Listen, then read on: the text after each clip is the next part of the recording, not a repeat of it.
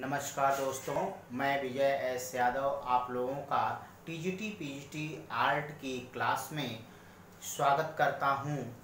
और आज हम आप लोगों को यूरोपीय प्रागैतिहासिक कालीन कला के अंतर्गत आप लोगों को मेसोपोटामिया की कला के विषय में पढ़ाएंगे। तो देखिए मित्रों, ये सबसे पहले कि ये जो मेसोपोटामिया है, यह मेसोपोटामिया की कला। तो अब यह मेसोपोटामिया शब्द का सबसे पहले हम लोग देखेंगे कि मेसोपोटामिया शब्द का शाब्दिक अर्थ क्या है। तो ये जो मेसोपोटामिया है, इसका शाब्दिक अर्थ है दो नदियों के बीच का भूभाग।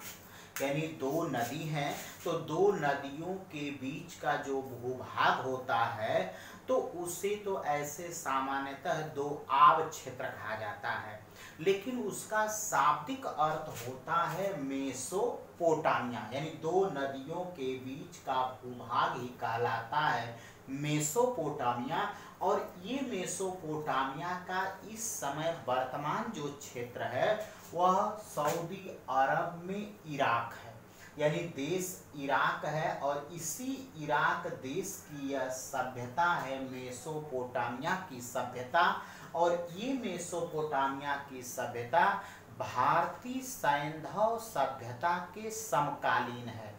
तो ध्यान दीजिएगा मित्रों कि भारतीय जो सभ्यता है, जिसे आप सिंधु घाटी की सभ्यता, इंडस वैली सिविलाइजेशन के नाम से जाना जाता है, या जिसे आप कहते हैं हड़प्पा सभ्यता या सिंधु सरस्वती सभ्यता के नाम से जाना जाता है, उसे कांस्ययुगीन सभ्यता, शहरी सभ्यता, नगरी सभ्यता कहा जाता है। तो उसी सिंधु घाटी सभ्यता जो भारत में जब पनपी, जब विकसित हुई, तो उस समय यह आपके मेसोपोटामिया की सभ्यता भी थी। दोनों एक दूसरे के समकालीन थी। बहुतों बार प्रश्न पूछा गया है। और देखिए कि एक प्रश्न आया हुआ है, टीजीटी में पूछा गया है प्रश्न आपका कि मेसोपोटामिया की सभ्यता किस देश की सभ्यता है। तो ध्यान रखिएगा मित्र, ये कहाँ की सभ्यता है? इराक देश की सभ्यता है।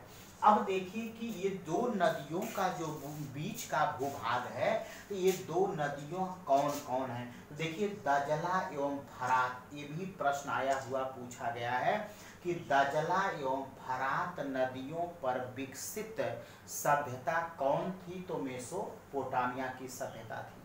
तो इस तरह से मित्रों, ये मेसोपोटामिया की जो सभ्यता है, इस सभ्यता के अंतर्गत जो चित्रकारियां, जो मूर्तिकारियां पाई गई हैं, शिल्प पाई गई हैं, तो उसे ही कहा जाता है मेसोपोटामिया की कला, उस पूरे क्षेत्र की। तो अब देखिए कि जो मेसोपोटामिया का क्षेत्र है, उसमें अब इस समय कौन कौन से नगर हैं प्रसिद्ध। तो जो क्षेत्र है उसमें देखिए सुमेरिया है, जिसे सुमेरिया की सभ्यता का, अक्काद का क्षेत्र है, अक्काद। बेबीलोनिया की सभ्यता बेबीलोन का है, असीरिया है, यह असीरिया का क्षेत्र है। तो इस तरह से मित्रों अब देखिए कि ये जो मेसोपोटामिया की कला की एक विशेषता है कि यहाँ से सिलेंडर सील का संबंध है। ये भी प्रश्न बहुत ही महत्वपूर्ण आया हुआ प्रश्न है, पूछा गया है। तो देखिए ये सिलेंडर सील का संबंध किस कला से है, पूछा गया है। तो देखिए ये सिलेंडर सील का संबंध तो आपकी ये सभ्यता है मेसोपोटामिया। तो इस मेसोपोटामिया की सभ्यता, तो अर्थात मेसोपोटामिया के हम लोग कला पढ़ रहे हैं, तो कला से संबंधित। अब ये है कि ये सिलेंडर सील क्या है। अब इसको ये प्रश्न आया कि ये सिलेंडर सील क्या है मित्रों। तो यह सिलेंडर सील एक बेलनाकार है, यानी यह बेलनाकार एक बेलन है जिस पर, यानी बेलन है और उसी बेलन पर चित्रों को उकेरा गया है, काट करके बनाया गया। जैसे आज बेलन देखते हैं इस तरह से गोल हो पूरा बेलने की तरह, और उस पर भी चित्रकारियां की गई होती हैं, तो उसी को कहा गया है सिलेंडर सील। देखते हैं आज सिलेंडर भी उसी तरह का होता है। तो देखिए कि यह ने आप लोगों ने देखा कि यह एक बेलन था जिस पर, यानी बेलन था जिस पर चित्रों को यानी यह चित्रों को उकेरा गया है और इसका आविष्कार यानी ये जो सिलेंडर सील है इसका आविष्कार कहाँ हुआ था तो मेसोपोटामिया में।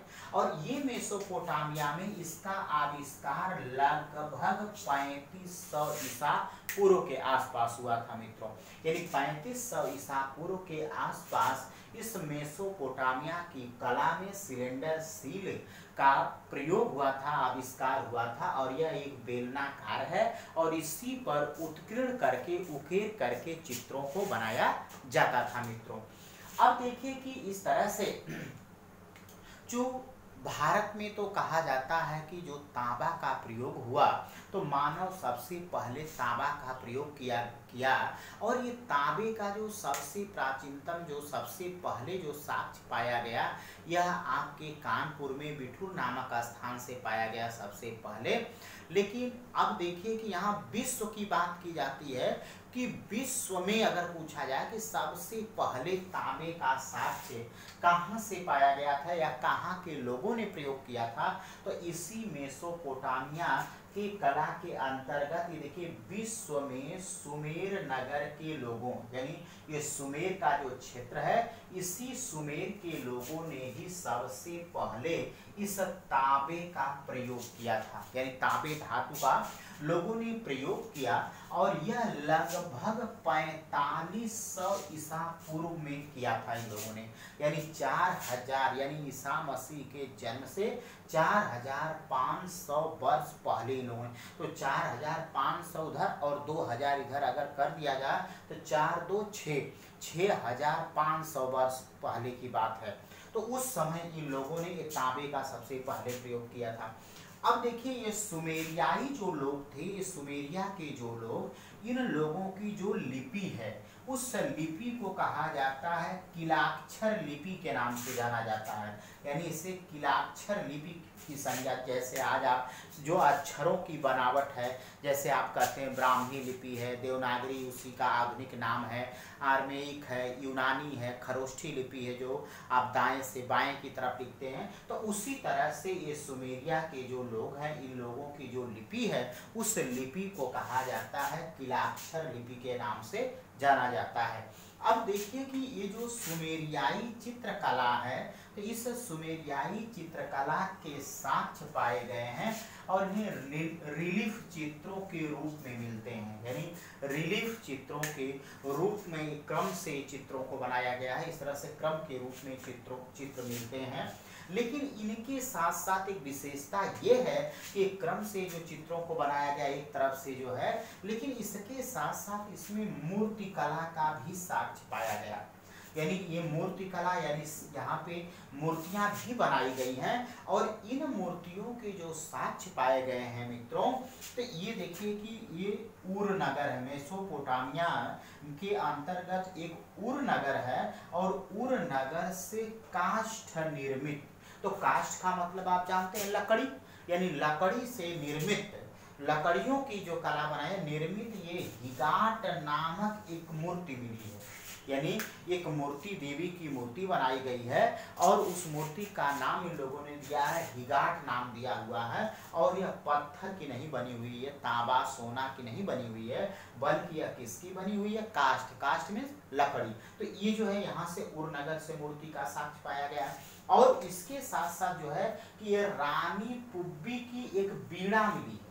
एक रानी है यहाँ की और वहीं रानी पुबी है नाम है पुबी और इसी रानी पुबी की एक बीड़ा मिली है जिसपे तांबे और चांदी की उस पे कलाकारी जड़ी गई है। धातुओं को उस पे जो है कि जड़ा गया है। बीड़ा जैसे सरस्वती जी का बीड़ा है तो उसी बीड़ा पुबी की है और उस बीड़ा को भी पाया गया है।